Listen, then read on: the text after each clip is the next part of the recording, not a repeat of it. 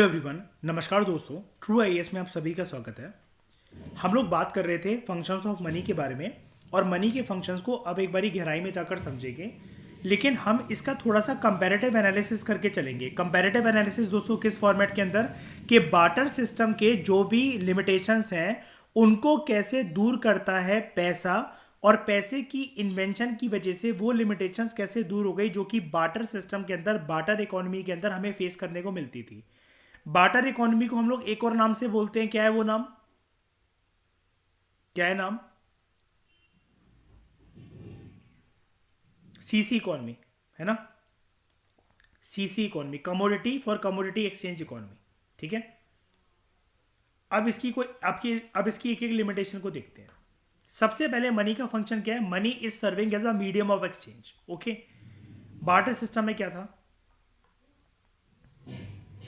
Barter system में था यहाँ पर कि आप किसी भी चीज़ को मीडियम ऑफ एक्सचेंज की तरह यूज़ नहीं कर सकते। यहाँ पर किसी भी गुड को आप यहाँ पर ये नहीं बोल सकते कि हाँ ये गुड ले लो और यही गुड जो है वो फिक्स है जिसको आप यूज़ कर सकते हो हमेशा हर एक सिचुएशन में सामने वाले पर्सन की उधारी चुकाने के लिए, या उसको किसी भी चीज़ में कि आप मुझसे ये वाला गुड ले लो और बदले में मेरे सारे गुड हो जाएंगे फिर सामने वाले पर्सन के या किसी भी पर्सन के। ये कॉमन गुड जो है वो सर्कुलेट नहीं कर सकता बार्टर सिस्टम के अंदर। लेकिन मनी जो है it serves as a medium of exchange, वो सर्कुलेट कर सकता है। मनी जो यूज में आया, इसने बार्टर सिस्टम की एक इनकन्वीनियंस को जो दूर करा वो ये था, problem of double coincidence of wants. ये वर्ड्स नहीं है, problem of double coincidence of wants. इसको हिंदी में कहते हैं आवश्यकताओं का दोहरा सहयोग। Money as a medium of exchange, इसने ये प्रॉब्लम जो है ये सॉल्व कर दी। मनी के इस फंक्शन ने, as a medium of exchange ने, ये मनी की ये जो दिक्कत थी बार्टर एक्सचेंज की, ये सॉल्व कर दी। Because money has separated the act of purchase from act of sale. Sale and purchase को इसने सेपरेट कर दिया। बिकॉज आप मनी को यूज कर सकते हो, कोई भी गुड एंड सर्विस अगर आपको चाहिए आप इसको as a medium of exchange use कर सकते हो। दिक्कत क्या थी बार्टर सिस्टम के अंदर? अगर हम लोग बात करें बार्टर सिस्टम के अंदर, एक सबसे बड़ी दिक्कत जो हमें देखने को मिलती थी, lack of double confidence of wants में। यहां पर सबसे बड़ी बात यही है, ये सिचुएशन ऐसी थी जब ए के पास वो चीज हो जो बी को चाहिए खरीदने के लिए, और बी पर्सन के पास वो चीज हो जो ए को चाहिए उससे खरीदने के लिए। यानी कि यहां पर सेल एंड परचेस तभी हो सकता है किसी भी गुड का जब दोनों पार्टीज के पास वो चीज म्यूचुअली अवेलेबल हो, वो कंसाइड करें। ठीक है।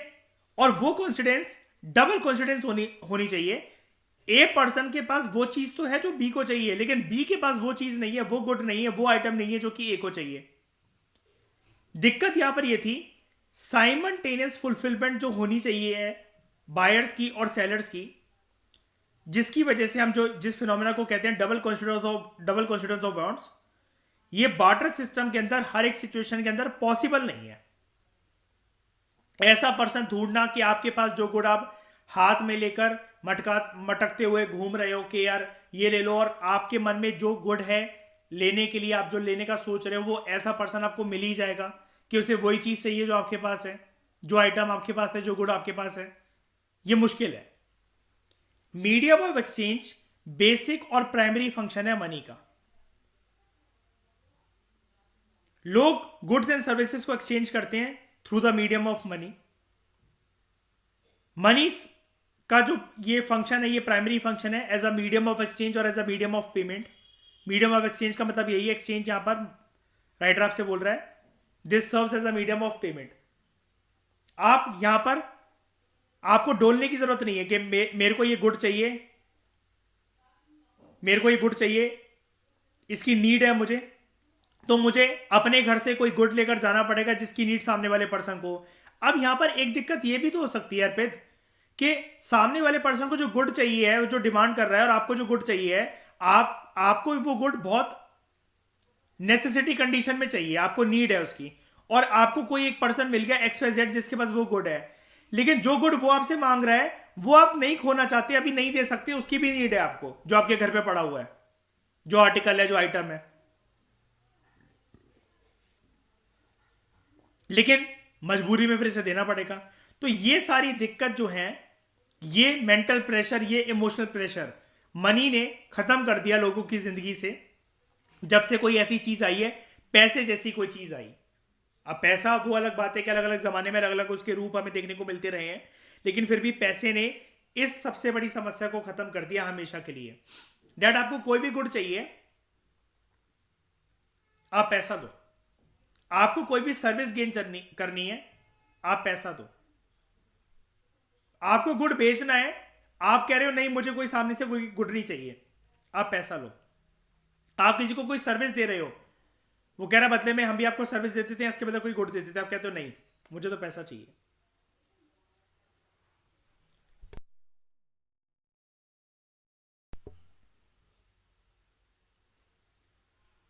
राइटर यहां पर एक चीज बोलता है कि ये बोल्ड स्टेटमेंट है मनी के रिगार्डिंग, मनी की अपने आप में कोई यूटिलिटी नहीं होती है, मनी सिर्फ एक इंटरमीडियरी की तरह काम करता है।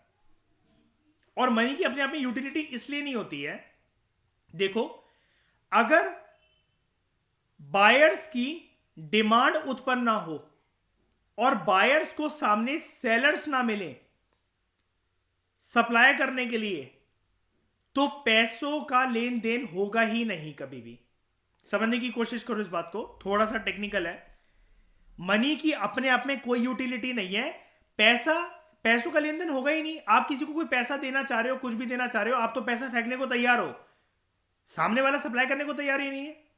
मेरे पास इतना पैसा है कि मैं पार्लियामेंट ले लूं, मान लो, कोई बेच देगा मुझे पार्लियामेंट, इंडिया गेट बेच देगा मुझे, कुतुब मीनार बेच देगा कोई मुझे, ताजमहल बेच देगा। मैं तो कह रहा हूं है मेरे पास इतना पैसा और मैं खरीदने को तैयार हूं, कौन बेचेगा मुझे बताओ। तो मनी की अपने आप में वैसे कोई यूटिलिटी नहीं है, मनी एक इंटरमीडियरी है।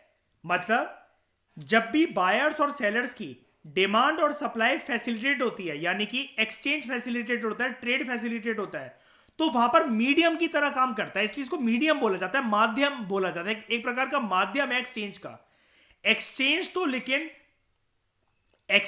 तो लेकिन बायर्स और सेलर से ही आएगा, कस्टमर ही भगवान है वैसे तो। जब दो लोग किसी ट्रांजैक्शंस में उतरे ही नहीं है तो पैसा क्या कर लेगा बीच में। मतलब ये एक बात से एक बोली जाती है समझाने के लिए, ठीक है, कि मनी की अपने आप में वैसे कोई यूटिलिटी नहीं है, इट इज ओनली इंटरमीडिएट, माध्यम है बस एक ये। मनी को यूज करने की वजह से एक्सचेंज फैसिलिटेट होता है गुड्स एंड सर्विसेज का। एक्सचेंज जो है वो स्पेशलाइजेशन को प्रमोट करता है। स्पेशलाइजेशन को कैसे प्रमोट करता है, यानी कि अगर गुड्स एंड सर्विसेज का आदान प्रदान होता है, ठीक है, और जब किसी के हाथ में पैसा जाता है तो वो और इकोनॉमिक एक्टिविटीज को फर्दर वो करके और स्पेशलाइजेशन सर्विसेज लेकर आएगा, और specialize form of medium of goods and वगैरह लेकर आएगा। पर्सन अपनी एक फैक्ट्री से 4 फैक्ट्री बना लेगा धीरे करते करते। उसके पास एक फिक्स पेमेंट तो आए, जो वो गुड एंड सर्विस बेचना चाह रहा है उसको खरीदने वाले उसको पैसा तो दे टाइम पर। एक फैक्ट्री से 4 फैक्ट्री कर लेगा। एक मोमोज का रेडी लगाने वाला एक मोमोज का पूरा हो सकता है एक रेस्टोरेंट खोल ले। तो स्पेशलाइजेशन की वजह से प्रोडक्टिविटी इंक्रीज होती है, प्रोडक्टिविटी की वजह से एफिशिएंसी आती है, जिसकी वजह से इकोनॉमी की साइकिल प्रोडक्टिव फॉर्म में प्रोडक्टिविटी की वजह से और ज्यादा एफिशिएंट तरीके से वर्क करती है। ये वही वाली बात है जो मैं हमेशा बोलता रहता हूं, इकोनॉमी के इंजन में पेट्रोल एंड फ्यूल डालने का काम करता है मनी। एक जो अच्छा मॉनेटरी सिस्टम होता है किसी भी देश का, वो सिर्फ देश के काम नहीं बल्कि पूरी की पूरी सोसाइटी को सर्व करता है। अब अगर कल को ये क्वेश्चन आ जाए ना, a good monetary system is of immense utility to human society, examine, ये अगर क्वेश्चन आ जाए मीन्स के अंदर,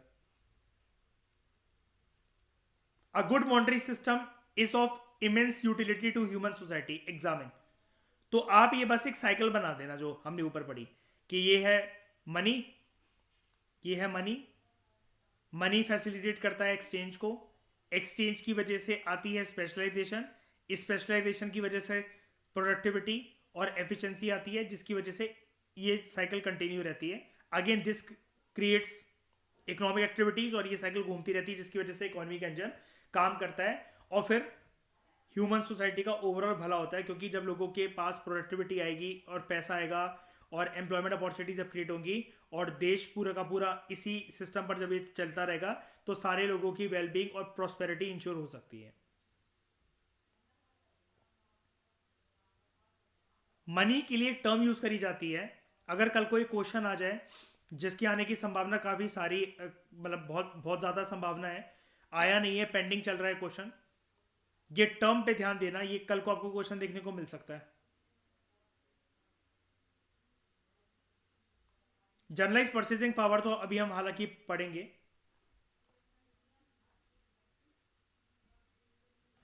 लेकिन मनी को हम लोग बियरर ऑफ ऑप्शंस या एक माध्यम ये भी बोलते हैं जनरलाइज परचेजिंग पावर का।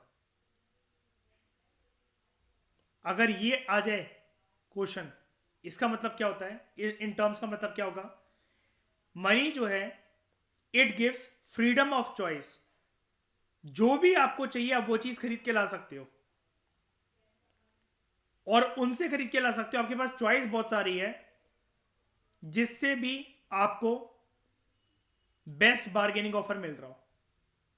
यानी कि सारे के सारे दुकानदार जो हैं वो एक पर्टिकुलर आइटम को बेच रहे हैं अलग अलग भाव पर।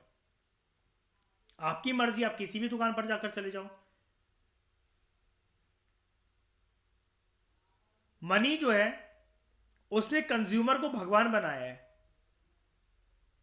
It gives you power of multiple options. आपका पैसा आप जैसे मर्जी खर्च करना चाहो, आप महंगा आइटम खरीदना चाहो, सस्ता आइटम खरीदना चाहो, सेम आइटम जिसका सेम प्राइस है, किसी होलसेलर के पास जाकर, चावड़ी बाजार, चांदनी चौक जैसी जगह में होलसेल मार्केट के अंदर जाकर आप 1 रुपए सस्ते पर वो बिस्किट का पैकेट या चिप्स का पैकेट ले आओ। आपकी मर्जी, you have all the choice. Money is bearer of options and it gives you a generalize purchasing power. आपका पैसा you will decide how you will spend it. It gives you multiple options to spend your amount in multiple ways. Same good को access करने के लिए you have multiple options. जहां पर आपको best offer मिल रहा हो, कौन कह रहा है आपसे आप महंगे में खरीदो, ऐसी रेट पे खरीदो? Search other options also. आपको फोन खरीदना है, आपकी मर्जी, आपके अंदर पेशेंस लेवल कितना है। वेट फॉर द बिग धमाका sale, Amazon offer, new year sale, Christmas sale, Diwali sale, आप वेट करो, सस्ता मिल जाएगा आपको। आपको लग रहा है अगर आपके 5,000 रुपए, 4,000 रुपए, 500 रुपए, 200 रुपए, 100 रुपए, 1 रुपए भी बच सकता है, आपकी मर्जी। आपको महंगे में खरीदना है, महंगे में खरीद लो।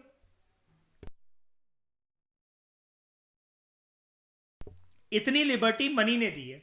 बार्टर सिस्टम के टाइम पर तो इंसान, ये कहना चाह रहा है वाला पैराग्राफ, भिखमंगा था। ना चाहते हुए भी भाई आपको किसी गुड की नीड है, आप सामने वाला पर्सन वो ऑफर कर रहा है, लेकिन वो गुड मांग रहा है जो कि आपके जो घर में पड़ा हुआ है आप नहीं दे सकते उसको, क्योंकि उसकी भी नीड है आपको। सामने वाला पर्सन आपको टेबल दे रहा है लेकिन वो कह रहा है अपनी कुर्सी दे दो। अब आपको कुर्सी तो चाहिए ना बैठने के लिए। बार्टर सिस्टम जो है उसने लोगों को हमेशा झुकाया है, टाइम बहुत वेस्ट करा है, सर्च कॉस्ट, ट्रेडिंग कॉस्ट काफी ज्यादा लगाई है, डिसयूटिलिटी ऑफ वेटिंग, बहुत ज्यादा वेट करना पड़ता था इंसानों को। लॉस मेकिंग प्रक्रिया थी वो, कि गुड्स के बदले गुड्स अगर एक्सचेंज हो रहा है, पेरिशेबल आइटम्स अगर आपके पास है, जब तक आपको राइट कस्टमर मिला सारा लेन देन करने को वो मान रहा है, लेकिन वो कह रहा है ये तो 2 दिन पुराने हो गए, तो प्याज टमाटर में से बदबू आ रही है, अब तो नहीं ले रहा मैं। पैसे को ये कोई नहीं बोल सकता, कभी आपसे ये कोई नहीं कहेगा कि यूपीआई में से बदबू आ रही है, तेरे फोन पे में से बदबू आ रही है, गूगल पे में से बदबू आ रही है। 10 रुपए का नोट कितना भी पुराना हो जाए लोग ले लेते हैं। फ्रेश नोट हो वो भी एक्सेप्टेबल होगा, थोड़ा सा मोड़ा नोट हो वो भी एक्सेप्टेबल होगा, नोट थोड़ा सा फीका पड़ जाए, काला पड़ जाए, वो भी एक्सेप्टेबल होगा। सिक्का अगर उतना चमक नहीं रहा जितना वो चमकना चाहिए, थोड़ी सी जंग जंग सी उस पर लग गई है, वो भी एक्सेप्टेबल होगा। लेकिन सब्जी अगर 1 हफ्ते पुरानी किसी को देने जा रहे हो, वो सामने वाला पर्सन एक्सेप्ट करेगा कि नहीं करेगा, या फिर उसके बदले ज्यादा क्वांटिटी वो डिमांड ना करने लग जाए। ये एक मेजर लिमिटेशन थी बार्टर एक्सचेंज की। ये हो गया पहला पहला फंक्शन ऑफ मनी जिसने बार्टर सिस्टम की एक जो बड़ी समस्या थी डबल कॉन्स्टिट्यूएंस ऑफ बॉन्ड्स को, उसको खत्म कर दिया है। मुझे आवश्यकताओं को दोहरा सहयोग नहीं करना है, मुझे राइट पार्टी ढूंढने की कोई आवश्यकता नहीं है। और इसमें आप ये भी ऐड कर सकते हो कि इस फंक्शन की वजह से, मनी के इस फंक्शन की वजह से बार्टर सिस्टम में जो कॉस्ट आती थी, ये वाली,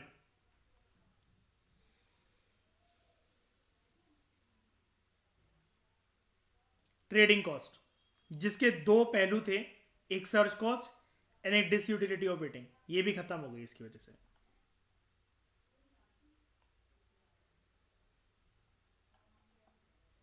पैसा है आपके पास, आप कोई भी काम करवा लो। Money as a unit of account और measure of value. Barter system के अंदर एक लिमिटेशन हमने देखी थी, lack of common measure of value. अगर बायर सेलर हमने पढ़ा था कि अगर मिल भी जाए, उनके पास दोनों वो गुड्स हो जो कि दोनों को चाहिए, प्रॉब्लम यहां पर ये आती थी कितने प्रपोर्शन में भाई साहब एक्सचेंज होगा। हमारा common example, horse trader and diamond merchant versus T seller. अब ये एक्सचेंज कैसे होगा? घोड़े का व्यापारी और चाय की टफरी पे काम करने वाला आदमी, ये बहुत ज्यादा डिफिकल्टीज पैदा करता था ये चीज, because there was absence of common denomination.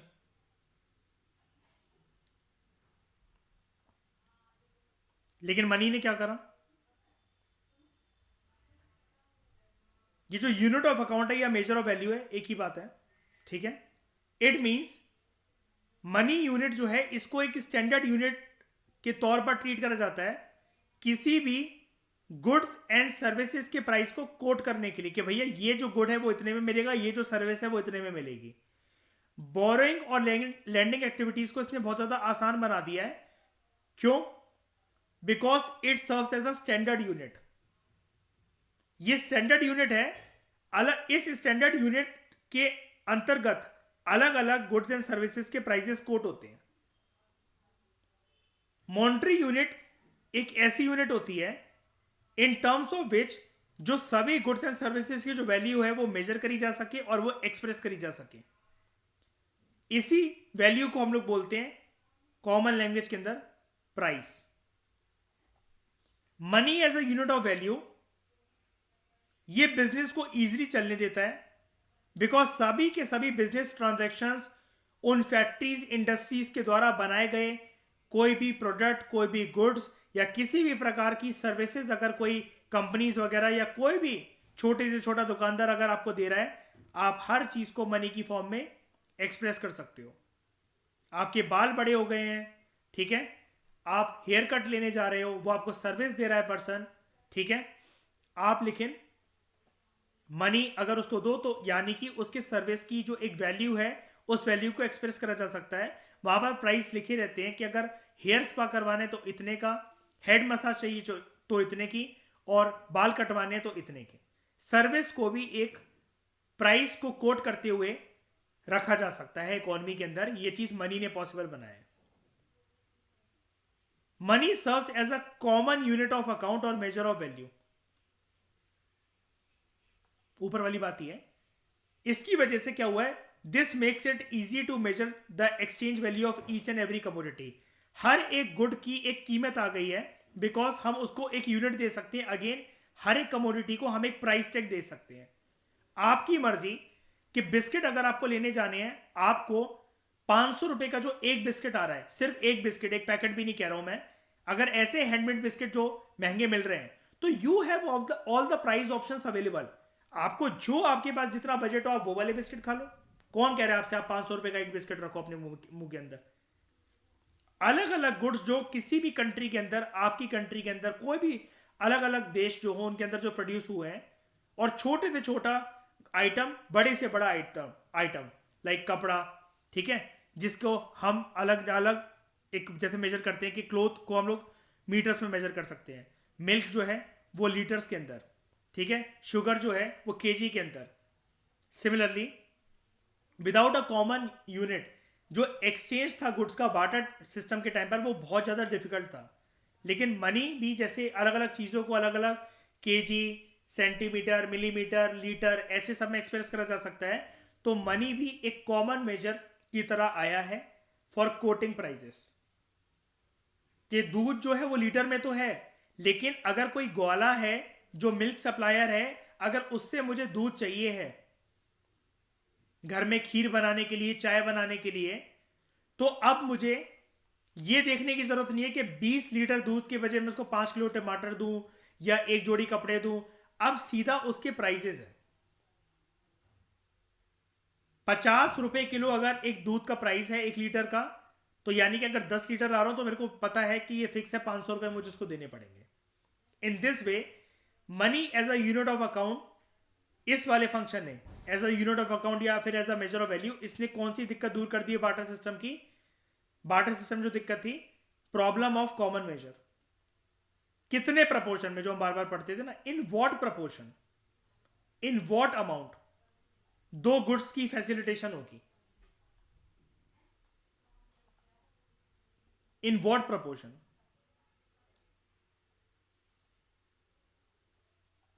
अगला जैसे दिक्कत ये थी बार्टर सिस्टम के अंदर, lack of standard of deferred payment. Borrowing and lending के अंदर बहुत दिक्कत आती थी बार्टर सिस्टम के अंदर, बार्टर इकोनॉमी के अंदर। जब दो पार्टीज किसी भी कॉन्ट्रैक्ट के अंदर एंगेज हो रही हैं जहां पर बोरिंग एंड लैंडिंग जो प्रोसेस है वो इन्वॉल्व है, तो फ्यूचर पेमेंट नहीं हो सकती। आप किसी को वादा कर ही नहीं सकते वाटर सिस्टम के अंदर कि मैं तुम्हें हर महीने इतना इतना गुड दे दूंगा, क्योंकि एक सेटिस्फैक्ट्री यूनिट ऑफ वैल्यू है ही नहीं। अगर आप उसको ये कह रहे हो कि इतने इतने मैं महीने दे दूंगा, तो पर्सन कह रहा है जब 11वें महीने में तुम मुझे वो आइटम दोगे, तब क्या पता मार्केट में उसके भाव बढ़ गए या कुछ भी हो गया हो, या फिर मैं ज्यादा लेना चाहूं तुमसे। तुम ये कह रहे हो कि हर महीने में तुम्हें, तुमने जो मुझे एक जोड़ी जूते दिए हैं उसके बदले मैं तुम्हें हर महीने 1-1 किलो टमाटर भिजवाता रहूंगा। वो कह रहा है 11वां महीना या से 12वें महीने के बाद, 1 साल के बाद, मैं हो सकता है तुमसे 1 किलो टमाटर ना लेकर मैं तुमसे 5 किलो डिमांड करूं। फ्यूचर कॉन्ट्रैक्ट यहां पर किसी को वादा करना फ्यूचर के लिए वो डिफिकल्ट हो जाता था, क्योंकि स्पेसिफिक अमाउंट का गुड्स और सर्विसेज देना फ्यूचर में ये बार्टर इकोनॉमी के अंदर पॉसिबल नहीं था। लेकिन पैसा तो पैसा है। आज के टाइम में आप किसी को स्टैंडर्ड और डिफर्ड पेमेंट का वादा दे सकते हो in terms of loan amount, interest amount, या सिंपल भाषा में अगर हम लोग बोले किसी भी गुड की ईएमआई बनवा लो आप। जो डिसाइड हुआ है उसी रेट पर आपकी ईएमआई लौटेगी, चाहे फिर उस टाइम पर देश में इन्फ्लेशन हो, चाहे डिफ्लेशन हो, चाहे हाइपर इन्फ्लेशन हो, गैलोपिंग इन्फ्लेशन हो, किसी भी प्रकार का इन्फ्लेशन या डिफ्लेशन हो, ठीक है, जो भी है, रिसेशन हो, लेकिन जो चीज डिसाइड हो गई है उसी उसी के ईएमआई पर रेट पर आपको वो चुकाना पड़ेगा। डेफर्ड पेमेंट्स एक ऐसे पेमेंट्स होते हैं which are contracted to be made for some time in future, कि आप ये कहते हो कि मुझे सामान आज दे दो, मैं पैसे धीरे धीरे करके चुकाता रहूंगा। यहां पर जो डेट्स हैं, जो कि आपके ऊपर, सर के ऊपर जो उधारी है, इसको मनी की टर्म्स में हम लोग एक्सप्रेस करते हैं। डेफर्ड पेमेंट्स एक पोस्टपोन पेमेंट्स होती हैं जिसको फ्यूचर में दिया जाता है। जैसे आप जनरली, मतलब मान लो मैं बोलूं कि मेरे फाउंडेशन कोर्स का जो प्राइस है वो 5 लाख रुपीज है, तो आप कहो कि हम एक साथ नहीं दे सकते हैं, आप इंस्टॉलमेंट हमें बता दो। अब कल को अगर चीजें महंगी हो गई और मैं आपसे कह रहा हूं ठीक है आप इंस्टॉलमेंट के तौर पर हर महीने मुझे 50,000 करके देते रहना, जो 10वां महीना होगा उसके अंदर इकोनॉमी की जो भी शेप हो, लेकिन फिर भी जो हमारे बीच में डिसाइड हुआ है आप 50,000 ही दोगे मुझे, क्योंकि डिसाइडेड था कि आपकी ओवरऑल फीस फाउंडेशन कोर्स की 5 लाख थी और हम आपको 50,000 करके देंगे।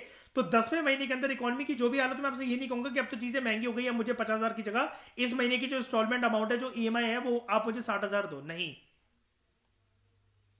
loans are taken and repaid in terms of money. The use of money as a standard of deferred payment या delayed payment, क्या पेमेंट डिले कर दो, गुड आपके पास आज आ जाएगा, आपको फाउंडेशन कोर्स आज मिल जाएगा, पैसे मेरे पास बाद में आते रहेंगे, हर महीने आते रहेंगे। इसने बोरिंग एंड लेंडिंग को बहुत इजी बनाया है, because money generally maintains a constant value through time. ये देखा जाता है कि मनी की कांस्टेंट वैल्यू रहती है। इकोनॉमी की जो भी कंडीशन बदल गई हो, लेकिन 2,000 रुपए के नोट की वैल्यू या 5 लाख के फाउंडेशन कोर्स की जो वैल्यू होगी, अगर उसको मॉनेटरी टर्म्स में अगर हम लोग कैलकुलेट करेंगे, तो जो पैसा जो मुझे मिलेगा, जो भी मुझे पैसा जो मिलेगा, 50 की नोट की वैल्यू 50 रुपए ही रहेगी, अनटिल एंड अनलेस उसका डीमोनेटाइजेशन ना हो जाए और कभी ऐसा नहीं होगा, अगर हो भी जाए तो ये नहीं हो सकता कि अगर उसके ऊपर 50 जो चीज लिखी हुई है तो उसकी वैल्यू 500 हो जाएगी। ये चीज होना पॉसिबल नहीं है, क्योंकि मार्केट के अंदर अगर 10 रुपए वाले चिप्स है तो वो 5 ही पैकेट आ पाएंगे इस 50 के नोट में। चाहे इसको फिर प्रधानमंत्री जी ने साइन करके दिया हो इस नोट को, या फिर क्यारा अडवाणी ने इसके ऊपर किस करी हो, आ तो इससे 5 ही चिप्स पाएंगे। मनी एक लिंक है which connects the values of today with those of future. दो पार्टीज के बीच में कॉन्टैक्ट करना आसान हो जाता है कि देखो आज के टाइम की जो वैल्यू चल रही है, फ्यूचर में जो वैल्यू है, हम एक कॉमन उसको ले आते हैं कि आप थोड़ी सी डाउन पेमेंट दे दो, फ्यूचर में बाकी पेमेंट देते ना, ये फ्यूचर पेमेंट है, ये फ्यूचर की पेमेंट है। प्रेजेंटली आप हमें इतनी डाउन पेमेंट दे दो, ठीक है, और ये जो गुड है ये आपका हुआ, और बाकी पेमेंट आप हमें ऐसे किस्तों पे देते रहना, पहली किस्त, दूसरी किस्त, तीसरी किस्त, चौथी इंस्टॉलमेंट। उसके बाद बार्टर सिस्टम के अंदर एक सबसे बड़ी डिफिकल्टी ये थी, problem in storing wealth.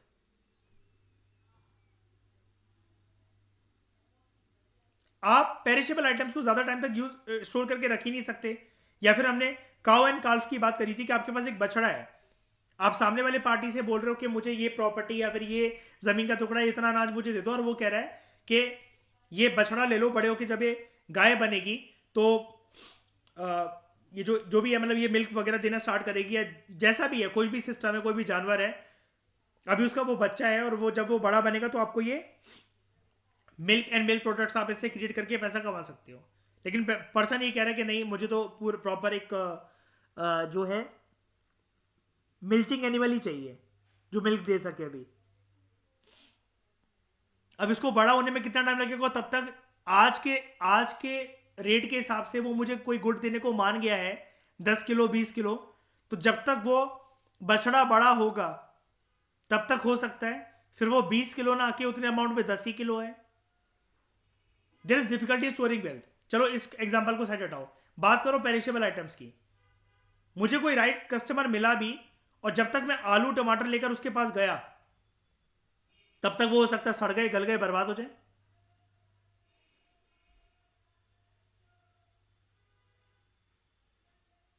Money ने इस दिक्कत को कैसे दूर करा?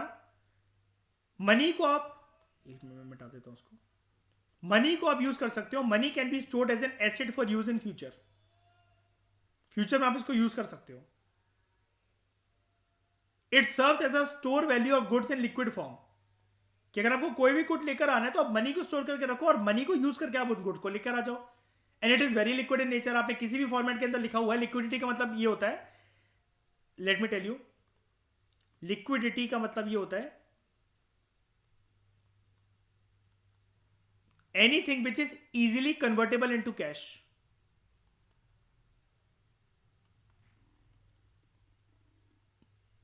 यहां पर लिक्विडिटी का मतलब ये है anything which is easily convertible into cash. Money अपने आप में लिक्विड है, किसी भी फॉर्मेट के अंदर आप उसको रखो, बैंक के अंदर रखो, कहीं पर भी रखो, आप उसको आराम से कैश की फॉर्मेट में निकाल सकते हो। बाय स्पेंडिंग इट हमें कोई भी कमोडिटी मिल जाएगी फ्यूचर के अंदर जो हमें चाहिए। आपके पास सेफ्टी मनी पड़ा हुआ है, अगर तो बैंक में है, कहीं पर भी आपके अलमीरा में है, कुछ भी है। जॉन मेनर्ड केन्स, हमने इनिशियल लेक्चर्स में इसका नाम सुना था, रिनाउंड इकोनॉमिस्ट जिसने मैक्रो इकोनॉमिक्स को स्टार्ट करा, GM Keynes, John Maynard Keynes. इसने बहुत इंफोसिस दिया था मनी के इस वाले फंक्शन पर। G M Keynes place great emphasis on this function of money. Holding money is equivalent to keeping a reserve of liquid assets. यानी कि आप अगर आप मनी को होल्ड करते हो तो ऐसा माना जाता है that you are holding a liquid asset because it can easily be converted into other things. आपके पास एकदम से मनी, आप कोई भी चीज परचेज कर लो उससे, लिक्विड एसेट है आपके पास, वो एक तरीके से इजिली कन्वर्टेबल इनटू कैश। तो यूजली नॉर्मली लोग क्या करते हैं, वो अपनी वेल्थ को, जो भी संपत्ति है, उसको मनी की फॉर्म में रखना पसंद करते हैं, बिकॉज गुड्स की टर्म में आइटम्स को सेव करना बहुत डिफिकल्ट है। और ये जो डिजायर है लोगों की, हम अपनी संपत्ति को मनी की फॉर्मेट के अंदर स्टोर करके रखें, फिर वो मनी चाहे किसी भी फॉर्मेट के अंदर आप रखो, बैंक मनी, प्लास्टिक मनी, ई मनी, कैश, सिक्के, कैसे भी करके। लेकिन ये जो लोगों की डिजायर होती है हम अपनी संपत्ति को रखिए तो मनी की फॉर्म में, आप मनी का फॉर्मेट कैसे भी हो सकता है आप उसे सोना चांदी खरीद लो, कोई टेंशन नहीं है, अगर आपको लगता है कि हाँ भाई ये भी चीज सेफ है। इस चीज को लेकिन बोलते हैं liquidity preference. Money best form है स्टोर ऑफ वैल्यू की। कोई भी चीज जो अगर आप अदर चीज रखोगे, गेहूं, चावल, दाल, आटा, चीनी, वीट और any other product will command a value, ऐसी वैल्यू जिसको आप स्टोर नहीं कर सकते लंबे समय तक, और फिर हो सकता है उसके अंदर प्राइस फ्लक्चुएशंस आ जाए, वो खराब हो जाए। जब उसके प्राइसेस मार्केट के अंदर हद से ज्यादा बढ़ जाए तो आपको प्रॉफिट हो जाए, लेकिन गिर जाए तो आपको घाटा हो जाए। This desire for money, this desire for cash, इसी को कहते हैं लिक्विडिटी प्रेफरेंस। ये क्वेश्चन आ सकता है कल को। द डिजायर फॉर मनी या ability of money to get easily converted into cash. अब मनी एक अलग चीज होती है, कैश मतलब आराम से आप मतलब उसको रख सकते हो, या फिर the tendency of a money, जिससे आप कमोडिटी को इजिली प्राप्त कर सकते हो। And that is why people have a tendency to store their wealth in form of money. This tendency is known as, अब आपको ऑप्शन आ सकते हैं। आपने कभी ये टर्म अगर सुनी ना हो लिक्विडिटी प्रेफरेंस, तो आप कैसे वो गोला भरकर आ जाओगे फिर प्रीलिम्स के अंदर। तो आपको ये चीज जाननी चाहिए, अच्छी से अच्छी बुक नहीं बताएंगी इसके बारे में। अब जो हम बार बार ये बोले जा रहे हैं लिक्विडिटी लिक्विडिटी, तो इसको आप ना पांचवा फंक्शन बनाकर लिख दो, इसको फिफ्थ फंक्शन कर देना मनी का। गुड्स कभी भी लिक्विड होते हैं, गुड्स कभी भी लिक्विड होते हैं। आपके अभी घर में किचन में अगर आप जाओगे तो कुछ टोस्ट पड़े होंगे, रस पड़े होंगे, फ्रिज में जाओगे कुछ सब्जियां पड़ी होंगी, दूध की थैली भी हो सकता है पड़ी हो, चीनी के डब्बों में जो चीनी पड़ी है, चावल के डब्बों में जो चावल पड़े हैं, इसको अभी पैक करके अर्पित दुकान वाले के पास लेकर जाओगे कि भैया मेरा फोन रिचार्ज कर दो, ये चावल रख लो, मान जाएगा वो?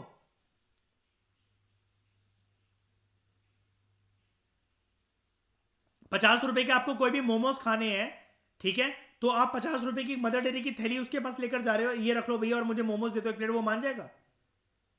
Goods are not liquid because they can not be easily converted into cash. तो ये फंक्शन है मनी का एक यूनिक फंक्शन, जो कि इकोनॉमिस्ट ने अभी रिसेंटली दिया है इस फंक्शन को, इसको फंक्शन माना गया है कि मनी की टेंडेंसी है लिक्विडिटी, लेकिन इसको फंक्शन माना गया है। क्यों, समझते हैं। Another function of money is liquidity of money. ये रिसेंट टाइम्स में ऐड हुआ है इकोनॉमिस्ट के द्वारा, शुरू से नहीं था। मनी के फंक्शंस 4 ही माने जाते हैं, 4 ही माने जाते हैं। आप इसको लिखोगे कैसे? लेटेस्ट फंक्शन मत लिखना, लेटेस्ट लेटेस्ट जैसे वर्ड ऐड मत करा करो पेपर के अंदर। एडिशनल फंक्शन ऑफ मनी, ये चीज ऐड कर लेना। और लिखोगे क्या उसमें एडिशनल फंक्शन ऑफ मनी क्या है?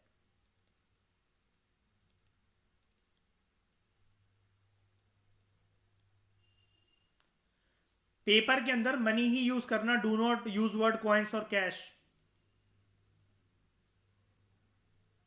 बुरी तरह से ठुक जाओगे, पता भी नहीं चलेगा कि क्या हो गया, पता नहीं पेपर के अंदर मेरे साथ।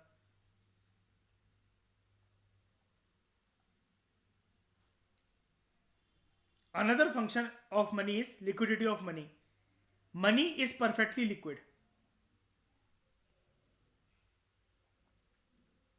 ये क्वेश्चन अपने आप में स्टेट भी ऐसी में आ सकता है, money is perfectly liquid. Do you agree? Give reasons. ये क्वेश्चन आ सकता है अपने आप में मेंस में, ठीक है। Money is perfectly liquid, do you agree, give reasons. सबसे पहले आप यहां पर लिक्विडिटी का मतलब समझाओगे अगर ऐसा क्वेश्चन आया। Liquidity means convertibility into cash, जैसा कि मैंने अभी आपको ऊपर बताया। किसी भी चीज को अगर आप कैश के अंदर इजीली कन्वर्ट कर सकते हो, दैट इज लिक्विडिटी। तो जो एबिलिटी है पैसे की, मनी की, टू कन्वर्ट एन एसिड, ठीक है, आप किसी भी एसिड को मनी के अंदर क्विकली कन्वर्ट कर सकते हो और उसकी वैल्यू भी लॉस ना हो, इसको हम लोग कहते हैं वो एसिड जिसको आप मनी के अंदर क्विकली कन्वर्ट कर सको और जिसकी वैल्यू भी लूज ना हो, वो होता है लिक्विड एसिड। इसका मतलब ये भी है हर एसिड लिक्विड नहीं होता, हर एसिड लिक्विड नहीं होता। 10 रुपए का पेन है, अगर मैं उसको 90% लिख चुका हूं और फिर मैं अंकल के पास जाऊं, ये पेन को वापस करके मुझे दूसरा पेन दे दो, दे देंगे क्या वो?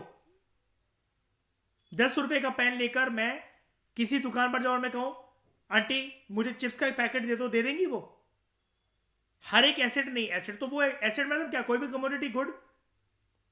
अब सवाल ये उठता है भाई साहब, मैं ऐसे कौन से एसेट को ऐसा मानूं कि जो लिक्विड एसेट है? और ये डेफिनेशन भी बड़ी खतरनाक सी लग रही है, कंसेप्ट भी बड़ा खतरनाक सा लग रहा है कि भैया ऐसा कोई कमोडिटी कि जिसको मैं, अगर मैं किसी को दूं तो मुझे इमीडिएटली पर्सन कैश दे देगा और उसकी वैल्यू भी कम नहीं होगी, कि मतलब जो रेट चल रहे होंगे उसके उस रेट पे मतलब वो चीज मुझे मिल जाएगी जितने पैसों की जरूरत है। तो हाँ जी, इसलिए लोग दो एसेट में बहुत ज्यादा, जब भी उनके पास पैसा बल्क में आ जाता है तो वो बैंक में तो पैसे रखते हैं, घर में तो पैसे रखते हैं, लेकिन दो चीजों में इंसान का दिमाग हमेशा जाता है, एक घर खरीद लो और सोना बनवा लो। इन दो को बोला जाता है, और भी हो सकते हैं, डिपेंड करता है कंट्री टू कंट्री, लेकिन ऑल ओवर द वर्ल्ड ये एक एक्सेप्टेबल चीज है, इन दोनों को बोला जाता है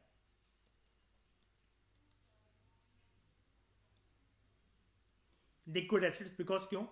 दीज प्रॉपर्टी और हाउस और गोल्ड और चांदी, they are easily convertible into cash और वैल्यू भी लूज नहीं होती है। सोना खरीद के घर बनाकर आज डाल दो, सबको पता है, होल्ड कर लो 10 साल 20 साल 50 साल जो भी है, 5 साल बढ़ेगा ही, जितने का खरीदा होगा उससे तो ज़्यादा का ही बिकेगा। थोड़े टाइम पे हो सकता है कि लोग कहें प्रॉपर्टी के रेट आजकल ऐसे चल रहे हैं वैसे चल रहे हैं फलाना ढिकमा ये जो भी है, लेकिन बढ़ेगा। और यही चीज़ मैंने तो आपको एक अल्ट्रा मॉडर्न सेंस में समझाई है। अगर दिल दुखी हो रहा हो यार, ये कंसेप्ट तो हम पढ़ते रह जाते हैं, हमारा घर कब बनेगा, हमारे पास गोल्ड कब आएगा, कोई टेंशन नहीं है, 30 रुपए की प्रॉपर्टी ले लो, माना तो होल्ड कर ही सकते हो।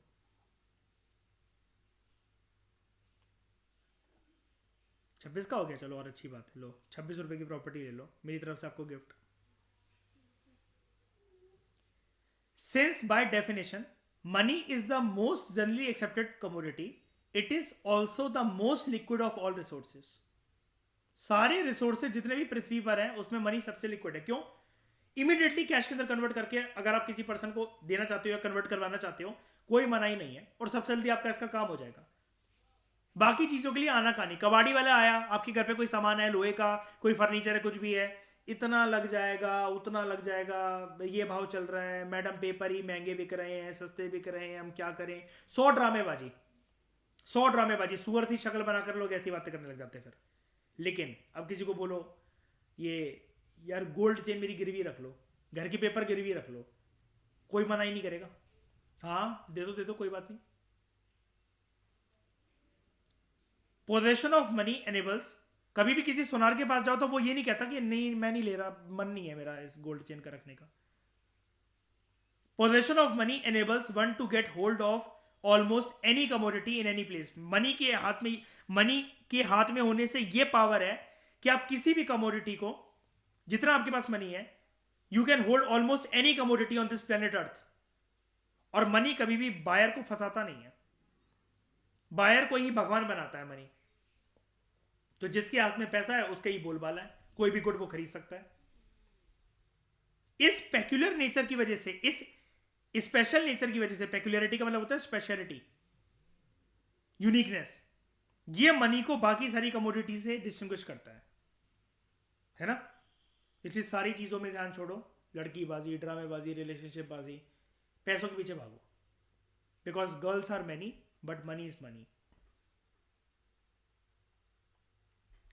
Money thus acts as a common medium of exchange, a common measure of value, a standard of deferred payment, and a store of value, and an additional function.